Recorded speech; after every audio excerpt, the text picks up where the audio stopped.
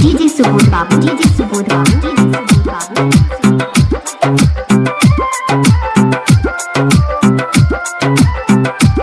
अखन अहाँ सब सुन रहल छी मैथिली टॉप म्यूजिक से म्यूजिक से